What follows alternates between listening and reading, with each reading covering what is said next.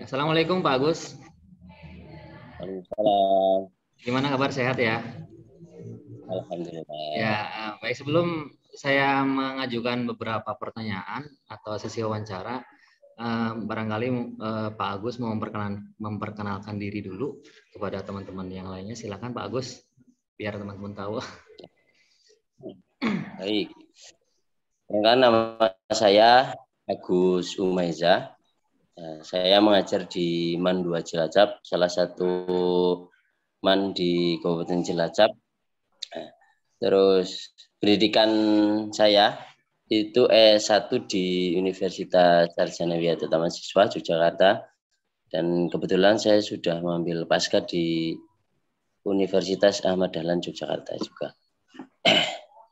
Demikian, terima kasih. Baik, terima kasih Pak Agus. Pak Agus ini adalah sahabat saya sejak ngajar di MA ya Pak Agus ya. Jadi sering ketemu saat MGMP bareng. Begini Pak Agus. Ya, terutama 2015 itu. Iya, udah lama, cukup lama. Ini saya memiliki banyak permasalahan berkaitan dengan materi dinamika gerak lurus yang saya angkat Pak Agus.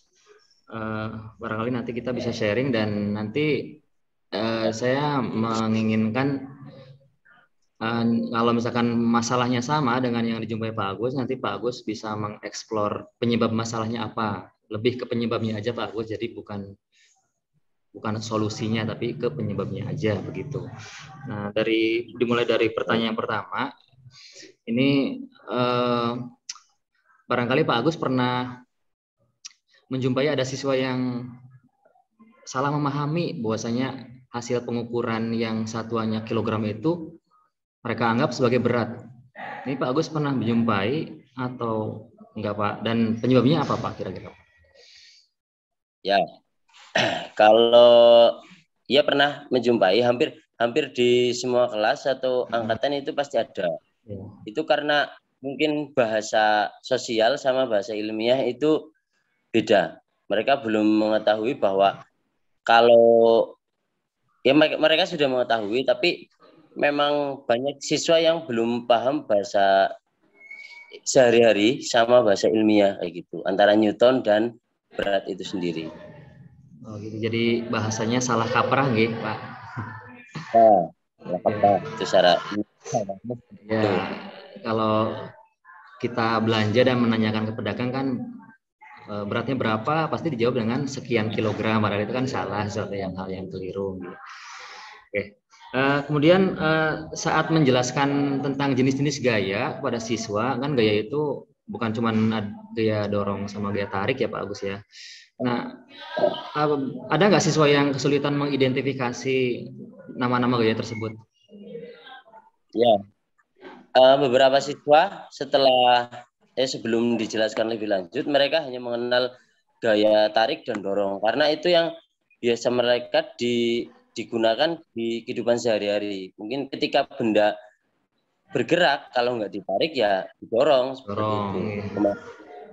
Oh, gitu. Ada mengenal gaya saya belum. Iya. Ya, jadi apa namanya, baru sebatas mengenal itu ya Pak ya Gus ya. Jadi belum mengenal bentuk gaya-gaya yang lain. Terus ini lebih mengerucut ke gaya sentripetal Pak Agus nih. Ini saya kesulitan dalam memahamkan kepada siswa tentang gaya sentripetal dan hubungannya dengan gaya-gaya yang lain itu. Kalau yang dijumpai sama Pak Agus di kelas itu bagaimana dan penyebabnya apa berkaitan dengan gaya sentripetal?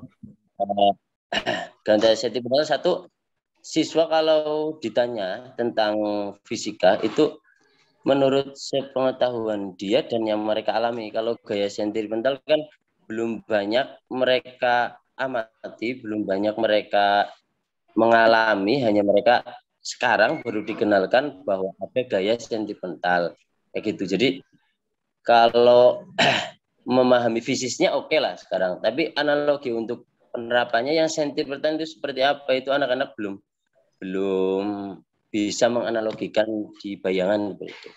Kemudian mungkin kalau kita bawa alat langsung, mereka analoginya masuk. Ketika benda bergerak melingkar berarti ada ada potensi untuk ketarik ke tengah. Oke, oke Pak Agus. Ini umum lagi nih tentang gaya. Nah, gaya itu kan yang seperti yang kita pahami merupakan besaran vektor ya Pak Agus ya. Jadi selain punya nilai juga punya arah nih. Dan biasanya rata-rata kita kan harus menggambarkan gaya itu dalam bentuk entah itu diagram, entah itu dengan diterapkan pada benda atau balok yang ditaruh di atas bidang datar atau licin atau miring ya. Nah itu Pak Agus pernah menjumpai nggak kesulitan dalam memahamkan siswa terkait dengan arah gaya ini? Kan arah itu kan bisa kanan, kiri, atas, bawah, kaitannya dengan positif, negatif, dengan terkait dengan besaran vektor itu bagaimana dan penyebabnya apa Pak Agus? Ya, berarti terkait dengan gaya sama dengan yang di awal. Kalau saya siswa mengenal gaya tarik ya, mereka hanya mengenal gaya ke kanan dan ke kiri, tinggal yang ke kanan ditarik atau yang ke kiri yang ditarik gitu. Jadi mereka belum memahami gaya yang lain. Ketika gaya berat berarti nanti harus bidang. Kalau dia mengikuti, mereka tahunya ya kanan kiri itu aja ketika ditarik dan didorong.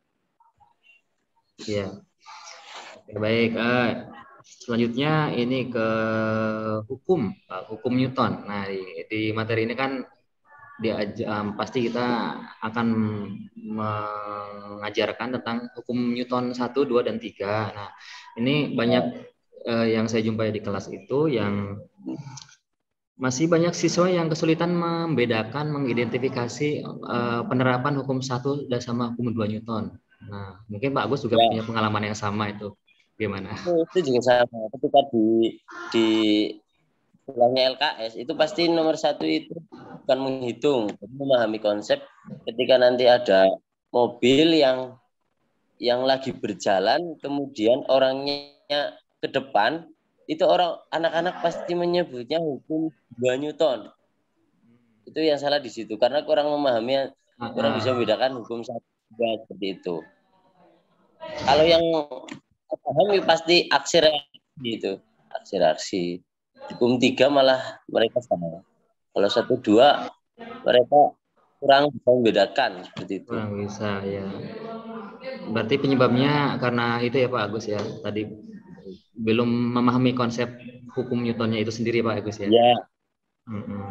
Karena yang biasa ditulis kan cuma sigma F sama dengan 0 kayak gitu. Jadi mereka berpikiran benda yang biasanya guru-guru yang lain mungkin menerangkannya hanya kalau hukum 1 untuk benda diam, hukum 2 untuk benda bergerak. Itu menurut saya kesalahannya di situ. Jadi anak punya terkonsep dia hanya itu. Kalau 1 ya diam, kalau bergerak seperti itu. Sebenarnya kan kalau 2 pun bisa bergerak, tapi kayak gocek ya dia akan tetap bergerak seperti itu.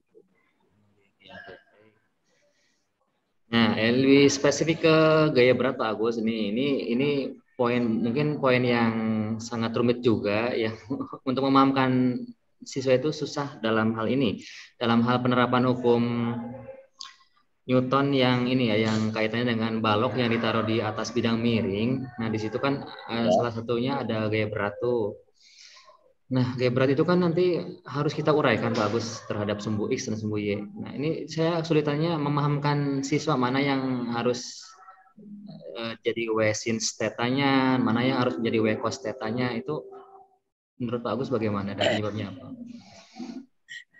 Ya, biasanya kalau siswa itu kalau ada gaya yang seperti ini, itu ini sini, ini yang sumbu sini kan sudutnya itu ternyata yang di bawah. Jadi sebenarnya harus menerangkan matematikanya. Kalau ada sudut yang berseberangan berarti sama, kalau sudut berlawanan berarti 90 dikurangi sudut itu. Itu siswa banyak yang nggak tahu bahwa itu tuh nanti kenapa yang ke bawah itu harus sin kayak gitu. Kalau yang berat itu nanti pakainya cos, itu hampir mereka bingung. Kalau kembali ke vektor bahwa X itu cos, itu mereka bingung. Tapi kita nanti menjelaskannya dengan itu. Sudut yang berseberangan nanti harus sama. Jadi kita gambarkan secara... Nah itu kalau kasusnya di bidang miring ya Pak Agus ya. Kalau misalkan lebih sederhana lagi di bidang datar itu masih ada nggak siswa yang kesulitan menguraikan gaya dorong atau gaya tarik misalkan, kan lebih sederhana tuh kalau di bidang datar. Ya. Mm-mm. Masih ada yang kesulitan Pak Ya, Agus? kalau di bidang datar hampir hampir tidak ada, tapi kadang dari satu kelas pasti ada yang belum bisa menggambarkan gayanya. Terutama gaya gesek itu harus lebih rinci lagi, karena gaya gesek kan berhubungan dengan arah lajunya seperti itu. Arah geraknya harus berlawanan. Baik. Terus kemudian ini tentang penerapan hukum 1 Newton, ini juga ya soal atau permasalahan yang biasa ya. Kalau menurut kita biasa, mungkin kalau menurut siswa menjadi sesuatu yang baru. Nih, jadi ketika ada suatu benda yang digantung dengan 2 tali dan 2 tali itu membentuk sudut tertentu, siswa ada nggak Ya. di sana itu yang kesulitan dalam menguraikan gaya tegangan talinya? Nah itu tadi ke sumbu X dan sumbu Y-nya. Pada permasalahan ini khususnya. Pada permasalahan ini. Iya. Untuk karena belum memahami tentang konsep trigonometri itu, tentang sin cos itu mereka ya cuman istilahnya hafal gitu. Belum bisa mengaplikasikan ke soal ya Pak ya. Mengaplikasikan ke soalnya seperti itu. Jadi dengan kata lain, apabila gaya itu membentuk sudut tertentu, entah itu mau bidang datar, bidang miring, atau benda yang digantung dengan 2 tali, selama konsep trigonometrinya belum menguasai, ditambah lagi belum bisa menguraikan vektor, nah itu maka akan seterusnya kesulitan Pak Agus ya. Nanti di kelas saninya itu kelas 1, kelas 2 pun nanti akan ada seperti itu juga di kelas 2.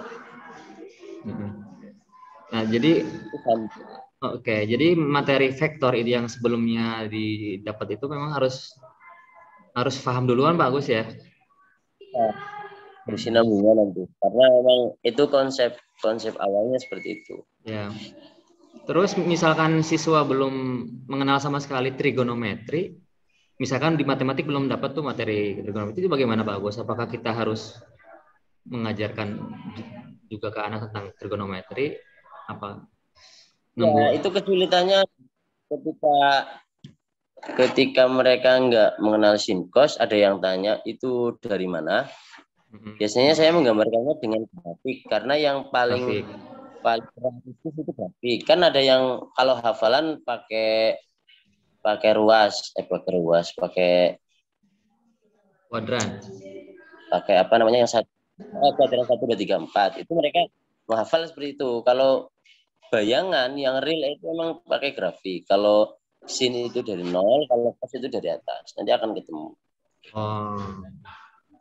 Ya, jadi Pak Agus meluangkan waktu untuk ini ya, menggambar grafiknya ya. Oke, baik. Terus ini permasalahan tentang ini Pak Agus, penerapan hukum 2 Newton yang di situ model soalnya itu ada katrol, kemudian ada tali dan ada 2 benda yang digantungkan di situ. Nah, manakala salah satu masanya lebih besar kan otomatis di situ nanti kan jatuh ke bawah ya Pak Agus ya, ada percepatan. Nah, ini banyak siswa yang kesulitan dalam menentukan tanda positif negatif gayanya. Jadi mereka itu taunya yang ke atas itu positif, yang ke bawah negatif. Itu Pak Agus juga sama nggak di sana seperti itu? Ya, juga siswa itu kesulitannya itu memang menentukan arah. Tapi bagaimana kita menggambarkan gayanya dengan analogi seperti gambar itu bagaimana seperti itu. Tinggal istilahnya pintar-pintar kita untuk menanggapi pertanyaan anak supaya anak itu mudah, karena pertanyaan anak itu unik-unik biasanya. Iya. Oke. Ini kaitannya dengan pertanyaan selanjutnya, masih penerapan hukum 2 Newton, tapi dengan model yang berbeda, yaitu 2 balok nih, bagus, 2 balok yang dihubungkan dengan tali, kemudian ditarik oleh gaya F, gaya tarik. Nah, itu siswa kami juga kesulitan tuh dalam menentukan tanda positif negatifnya. Nah, itu di sana bagaimana Pak Agus? Penyebabnya bagaimana? Ya hampir sama. Kalau positif negatif itu biasanya saya menekankannya positif itu tidak harus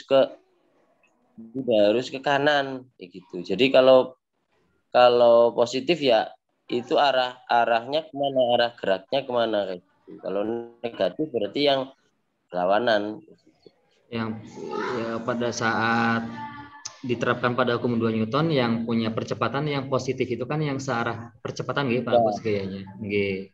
Nah, kan itu yang siswa positif. banyak yang nggak memahami itu. Ya, Oke. Terus ini ada satu permasalahan berkaitan dengan hukum 3 Newton ya Pak Agus ya. Ini kan ya. ada dua jenis gaya kontak horizontal sama gaya kontak vertikal. Nah, ini siswa juga sulit dalam memahami itu. Di Pak Agus di sana gimana? Menyampaikan itu nggak ke siswa hukum 3 Newton? Ya, sampaikan hukum 3 Newton ya ada yang vertikal sama horizontal. Gaya kontaknya. Jadi siswa itu kan kebanyakan cuma menghafal aksi sama reaksi. Nanti kita biasanya aksi itu berlawanan, tandanya apa? Aksi itu plus, kalau reaksi nanti berlawanan, tandanya minus. Berarti ada syarat-syarat hukum 3 Newton yang harus gayanya berlawanan kayak gitu. Kalau vertikal Yeah. sama horizontal ya mereka juga kesulitan, tapi harus kita bagaimana anak satu biasanya pemahamannya beda sama anak lain seperti itu. Yang sini udah maksud, yang sini harus dengan bahasa yang lain karena mereka emang menghafal. Oke, baik. Terus ini bagus. Di kelas tuh pasti ada siswa yang kemampuan matematisnya rendah ya bagus ya. Jadi mereka itu cenderung minder, cenderung pasif.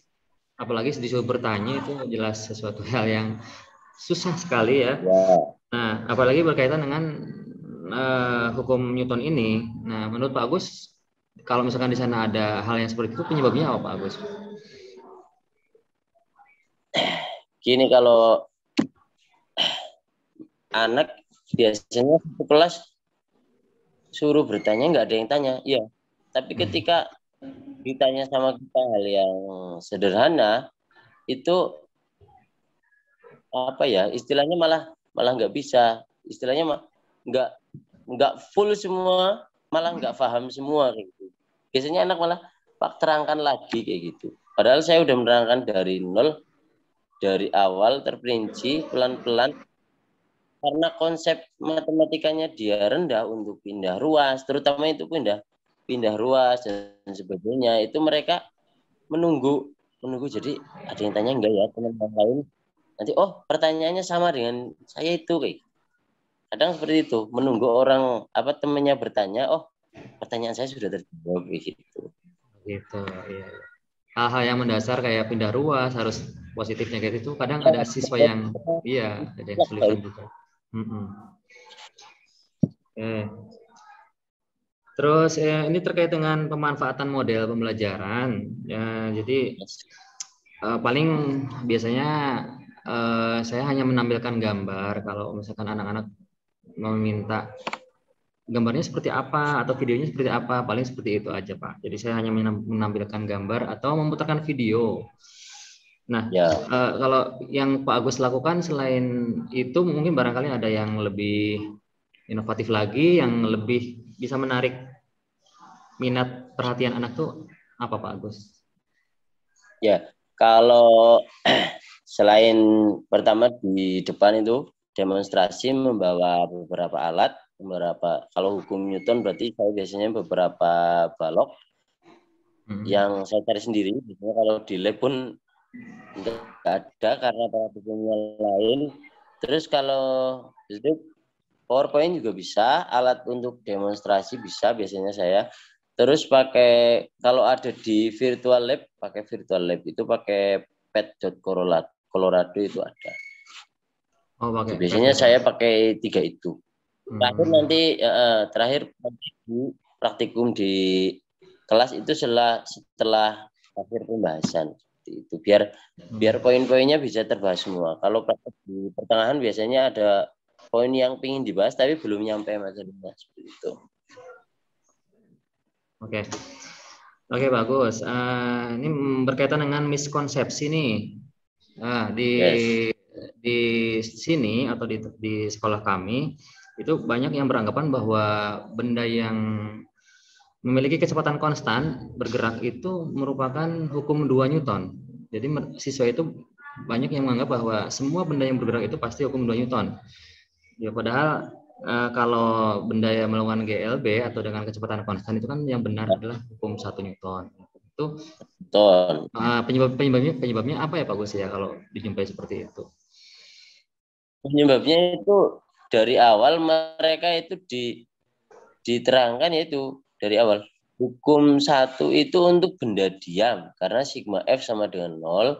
Hukum 2 itu untuk benda bergerak seperti karena ada itu. percepatan.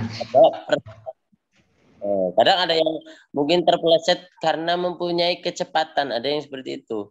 Jadi mereka sudah terdoktrin dari awal, 1 ya diam, 2 bergerak. Padahal kan 2 itu harus percepatan, bukan kecepatan. Bisa diperlambat, bisa dipercepat. Tapi kalau hukum 1 emang diam dan bergerak konstan gitu. Makanya poin-poin yang syarat-syaratnya kecepatan harus 0 dan sebagainya itu di hukum 2 itu harus ditekankan kayak gitu. Kecepatannya 0 yang diingat itu, percepatannya baru ada. Itu hukum 2-nya itu. Gitu ya Pak. Ya, terus selanjutnya berkaitan dengan tipe soal HOTS Pak Agus nih. Pak Agus ya untuk utamanya di materi dinamika gerak lurus ini Pak Agus selain memberikan atau menugaskan siswa terhadap soal-soal yang biasa itu juga memberikan soal HOTS nggak dan dibahas juga atau bagaimana Pak kalau soal HOTS? Ya, soal HOTS dari awal ketika mereka dikasih soal HOTS mereka juga tanya bedanya sama soal biasa itu apa gitu. Kalau secara real dokumentasi, secara dokumen itu tulisan mereka nggak paham ada sampai penilaian apa. Jadi saya menerangkannya itu kalau soal HOTS itu kamu ada beberapa step berpikir kayak gitu. Nggak cuman pengertian dari apa itu kamu satu step kayak gitu. Kalau HOTS itu lebih dari 1, malah hampir 3 gitu. Menerangkan soal HOTS kayak gitu. Kalau HOTS berarti setelah ini sebelumnya kamu harus mengerjakan ini dulu kayak gitu. Oh gitu ya. Jadi tahapannya lebih kompleks ya Pak Agus ya. Ya, kalau soal HOTS lebih kompleks, bisa lebih dari 3 tahap cara berpikirnya. Ya, misalkan ada siswa yang kesulitan, penyebabnya apa Pak Agus kira-kira? Kesulitan dengan soal HOTS penyebabnya? Soal HOTS kesulitannya, kalau siswa sih menurut saya kalau soal HOTS itu mereka terpaku pada jawaban akhir kayak gitu. Jadi yang dicari apa kayak gitu. Jadi bukan mengerjakan soal dari depan ke belakang, tapi mereka berpikir ke belakang yang ditanya apa kayak gitu. Intinya belum bisa belum bisa berpikir kompleks ya bagus ya. Jadi masih terpaku dengan soal yang biasa. Oke. Oke. Oke, terus yang terakhir Pak Agus, ini berkaitan dengan praktikum. Ini rencananya saya mau buat suatu alat percobaan sederhana yang membuktikan adanya hubungan antara gaya sentripetal dengan gaya berat. Ini mungkin Pak Agus punya pengalaman dengan alat apa, bahan-bahan apa, dan bagaimana yang bisa saya floor ke siswa untuk mereka itu bisa membuat alat percobaan sederhana berkaitan dengan ini. Paling balok kayu atau batu itu sebagai benda yang punya massa. Nanti ada benang tali, terus pipa plastik juga bisa, atau nanti stopwatch bisa menggunakan HP karena sekarang HP sudah banyak dipakai. Terus kalau ukur panjang paling mistar. Kemudian dirangkai menjadi alat. Nanti kalau nanti untuk menunjukkan arah kecepatannya itu tali itu menunjukkan bahwa dia mempunyai gaya tarik yang menahan batunya agar tidak terlontar. Ketika gayanya hilang, berarti batu itu ke arah mana kayak gitu? Apa langsung keluar sama dengan arah gaya sentimeter kan enggak? Jadi dia mengikuti arah sesudah putarannya itu kemana gitu. Jadi bisa digambarkan, oh V-nya ke sana, gaya batunya kemana. Baik, oke. Baik, terima kasih Pak Agus. Ya. Mungkin kelas 2 nanti dipasang untuk ada listrik, kelas 3 nanti di kelas 2 ada apa? Di kelas 2 nanti juga dipakai lagi patah sentripetalnya itu kayaknya. Ya, baik. Oke, siap Pak Agus. Oke, terima kasih atas masukannya berkaitan dengan praktikum sederhana tadi. Mungkin cukup itu Pak Agus, apa yang bisa saya tanyakan, dan terima kasih jawabannya. Mudah-mudahan ini bisa jadi referensi saya ke depan untuk bisa lebih lebih ke mencari solusi yang baik dan benar sesuai dengan prosedur. Terima kasih Pak Agus atas waktunya. Mohon maaf mengganggu waktunya. Assalamualaikum warahmatullahi wabarakatuh. Waalaikumsalam warahmatullahi wabarakatuh.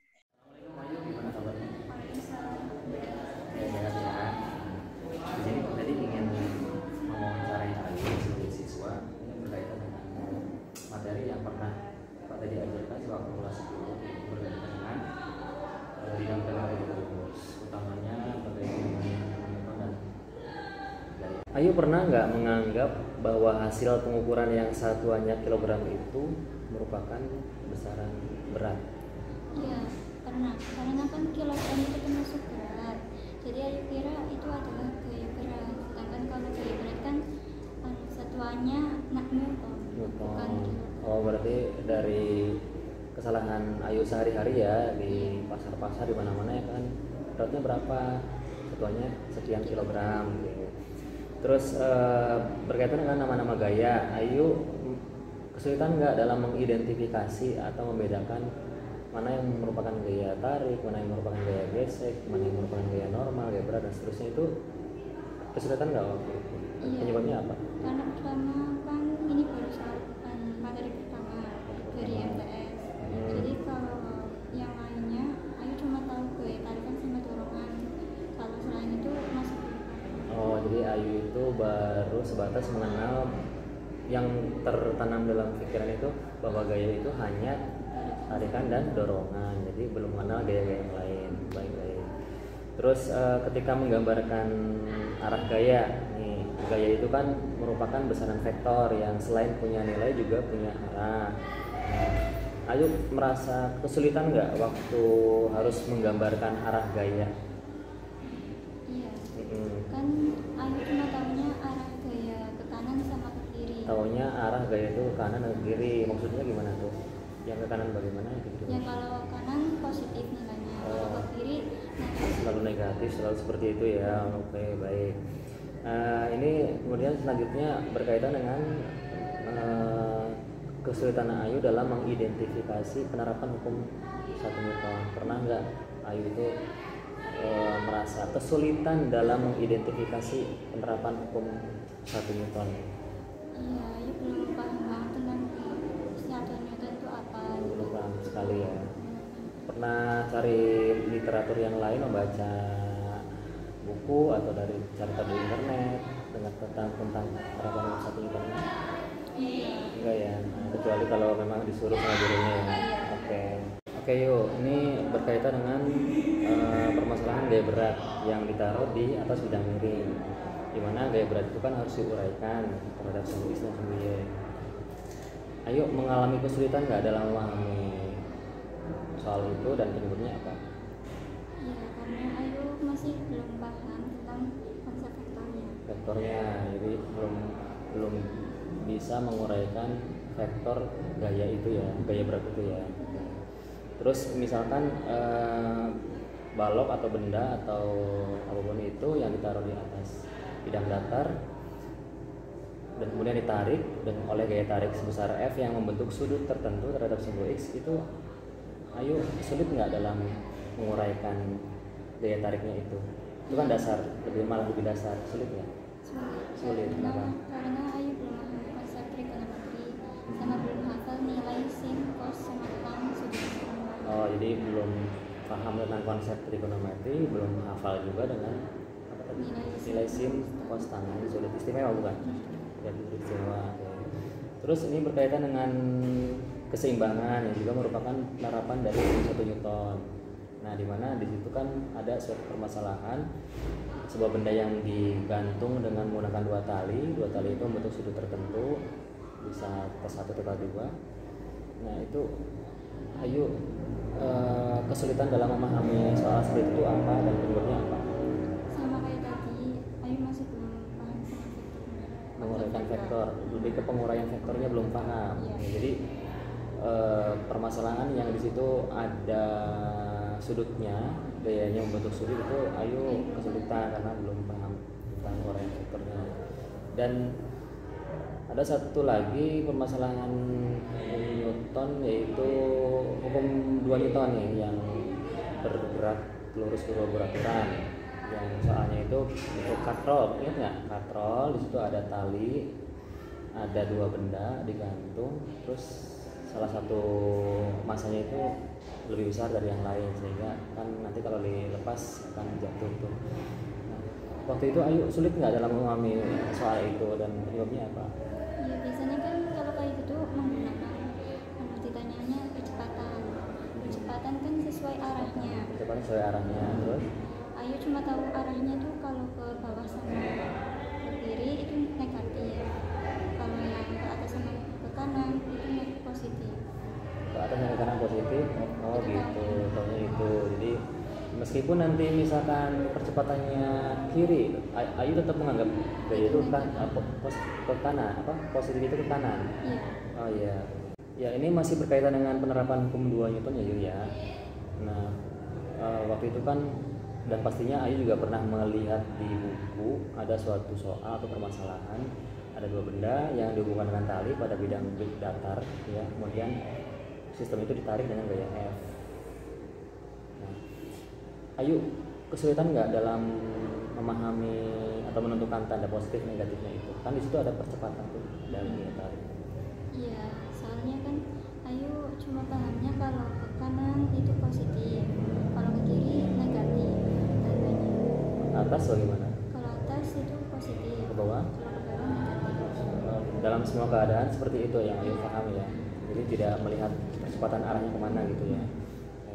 Terus Ayu saat pembelajaran fisika khususnya materi gaya itu merasa kesulitan nggak yang membuat Ayu itu malu bertanya, pasif, hanya nanti menunggu jawaban dari teman? Seperti itu nggak? Enggak ya? Iya, biasanya kan kalau nggak paham bisa langsung tanya sama guru mapel.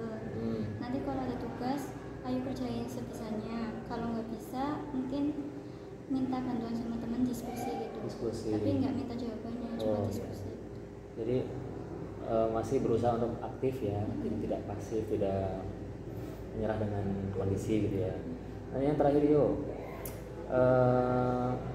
Ayu pernah nggak miskonsepsi terhadap hukum 1 Newton dan hukum 2 Newton, di mana di situ ada suatu benda yang bergerak dengan kecepatan konstan. Nah, itu Ayu anggap sebagai hukum 1 Newton atau hukum 2 Newton?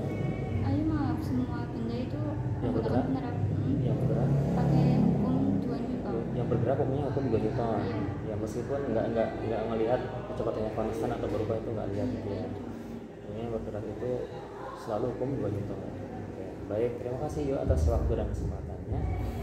Mudah-mudahan lebih semangat lagi dalam mempelajari fisika ya, karena fisika itu nanti sangat erat kaitannya dengan kehidupan kita sehari-hari dan akan sangat membantu kita manakala kita itu bisa mengaplikasikan ilmu yang pernah Ayu dapat di kelas dalam kehidupan sehari-hari. Gitu ya. Semangat belajar, mudah-mudahan sukses dan nanti suatu saat nanti bisa kuliah di di kampus yang di situ basicnya lebih ke IPA, karena Ayu kan punya basic yang bagus tentang IPA. Oke, terima kasih. Assalamualaikum.